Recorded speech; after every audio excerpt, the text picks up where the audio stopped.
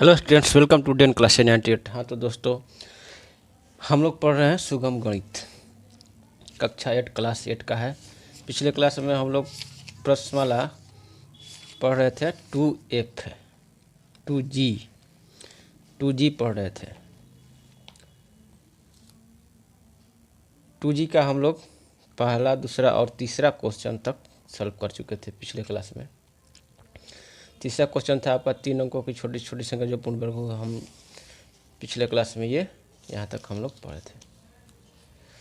आज हम पढ़ेंगे चौथा से लेकर आगे तक पढ़ेंगे।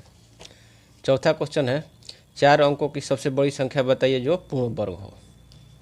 ये रहा आपका चौथा क्वेश्चन। तो इस क्वेश्चन को ऐसे भी बोल सकता है कि सबसे पहले देखिए,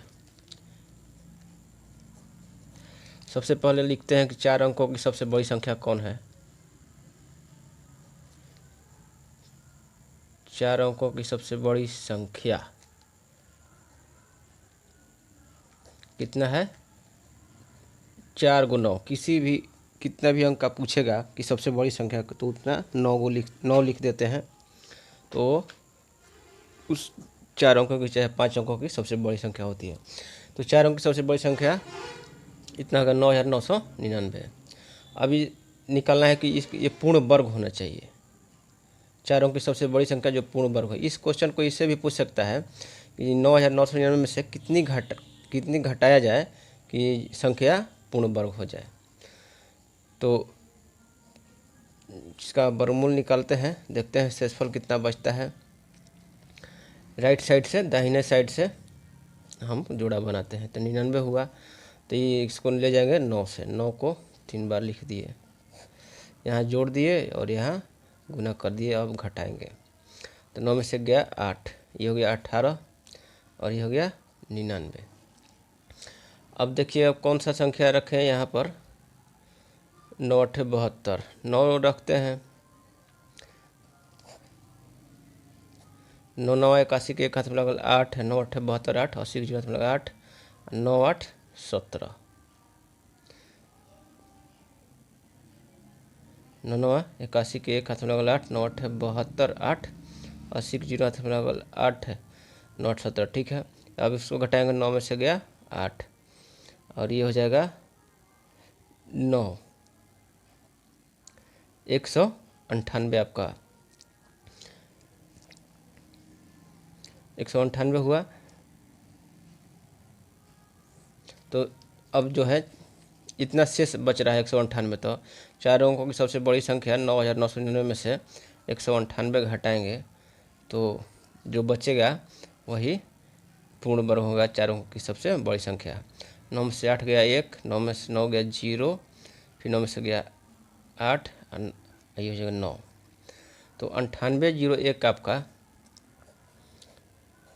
9801 का यदि हम वर्गमूल निकालेंगे तो ये पूरा इसका वर्गमूल निकल जाएगा। तो इस तरह से हम लोग चौथा क्वेश्चन सॉल्व कर चुके। 4 अंकों की सबसे बड़ी संख्या जो पूर्ण वर्ग हो वो मिल गया हमको 9801।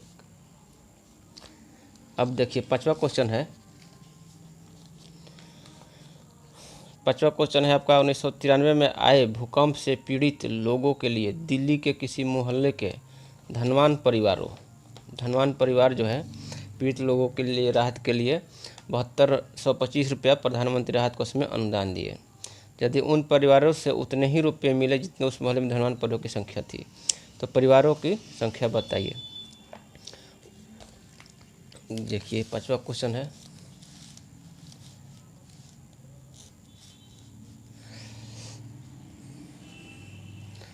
यहाँ है कि उन परिवारों से उतने ही रुपये मिले जितने उस मोहल्ले में धनवान परिवारों की संख्या थी। जितना परिवार की संख्या थी धनवान परिवार के, वो लोग मान लीजिए कि एक्स परिवार की संख्या थी तो पैसा भी वो लोग एक्स ही दिए।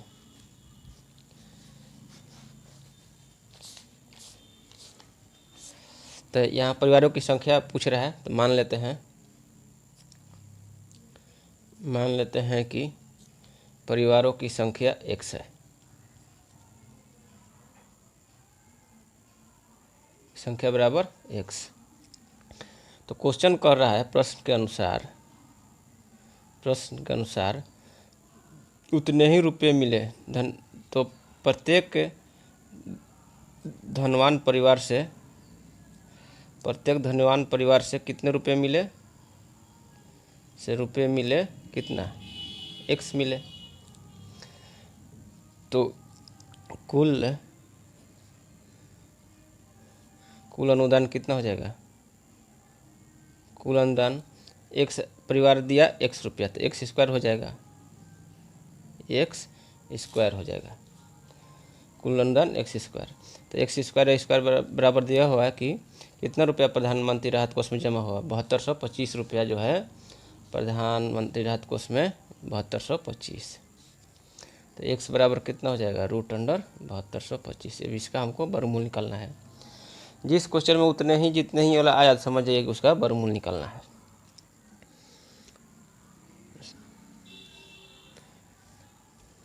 तो इधर से दाहिना तरफ से जुड़ा बनाएंगे तो 25, इधर बच गया 72। तो अब देखिए 9 9 तो 81 हो गया, 8 8 64 से ले जाते हैं, 8 को 3 बार लिख दिए, यहाँ जोड़ दिए, यहाँ गुना करके लिख दिए, 12 में 4 गया 8, ठीक है। अब बच गया 800, ऊपर से उतारेंगे, जोड़ा उतारेंगे 825।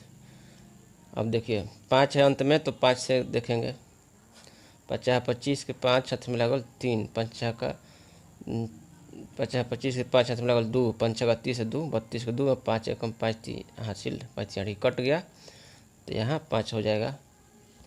और ये आपको ये जोड़ देंगे, 85 दूनी 170 यानी √7225 बराबर 85 आपका आंसर हो गया। x मान्य है परिवार की संख्या, तो क्या लिखेंगे, अतः परिवारों की संख्या जो है संख्या बराबर 85। इसको इस तरह से घेर के सजा देते हैं, ठीक है। ये आपका आंसर हो गया। अब छठा क्वेश्चन है, वह कौन सी संख्या है जिसको उसी से गुणा करने पर गुणनफल 94 हो जाता है। फिर वही क्वेश्चन है, उसी से आया जिसी से आया तो फिर उसी से गुणा करने। मान लेते हैं संख्या x है, मान लेते हैं कोई संख्या x है। क्वेश्चन कह रहा है कि x को x से ही गुना करने पर गुणनफल जो है क्या प्राप्त हो जाता है, 9409 प्रश्न के अनुसार। ये आपका हो गया x स्क्वायर बराबर क्या हो गया, 9409। तो x बराबर √9409, 9409 का वर्गमूल निकाल लेते हैं। भाग विधि द्वारा हम लोग पढ़ रहे हैं तो भाग विधि द्वारा ही निकालेंगे।